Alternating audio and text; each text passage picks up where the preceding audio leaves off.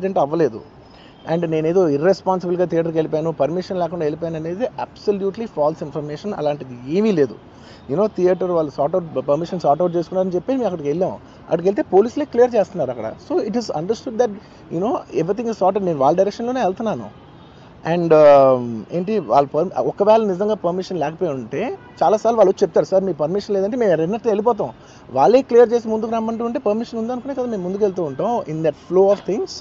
So నేను ఆ mind స్పేస్లోనే ఉన్నాను. అండ్ మీరు ఇలా అన్నారంట, మీరు అలా అన్నారంట, కాళ్ళు చేతులు ఇరిగిపోతే పర్లేదు అన్నారంట అంటే డెఫినెట్లీ చాలా బాధ వేస్తుంది. అందులో ఏంటి ఒక నేషనల్ మీడియా ముందు ఇలా మాట్లాడతాం అనేది నా క్యారెక్టర్ అసాసినేట్ చేసినట్టు కదా దేశం ముందు.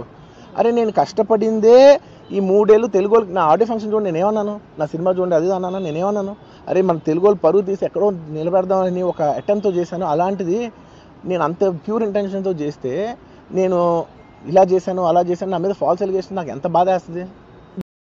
ఏమనుకోవద్దు, వాళ్ళు మీ మీద కేసు ఫైల్ చేశారు. ఇప్పుడు మీరు వాళ్ళు కలవడానికి లేదంటే నేను మా లీగల్ టీం అదేం పర్లేదు వాసు నేను వచ్చేస్తాను. నేను కొంచెం మూర్ఖంగా మాట్లాడుతుంటే సార్ మా లీగల్ టీం చాలా స్ట్రిక్ట్గా చెప్పింది, sir they filed the case on you, మీరు ఇప్పుడు వెళ్తే legally it is not right thing to do, please don't go అని చెప్తే అప్పుడు ఆగాల్సి వచ్చింది.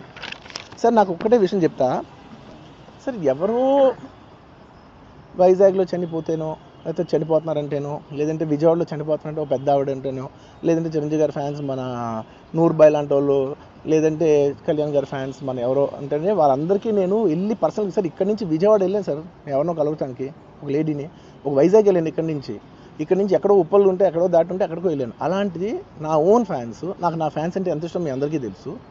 అలాంటి నా ఓన్ ఫ్యాన్స్ నా ఓన్ థియేటర్లో నేను ఉన్న ప్రెమిసెస్లో అలా జరిగిందంటే నేను వెళ్ళి కలవనాలని, వాళ్ళు కలవాలి నాకు ఉండదా? అది మినిమం కదా. అసలు ఎవడైనా వెళ్ళి కలుస్తారు, ఎందుకు కలవను నేను కలవపడడానికి ఓన్లీ రీజన్ ఏంటంటే I'm legally I'm tired, I can't go. అంత మాత్రం నేను స్పందించలేదు అని అనడానికి కూడా లేదు.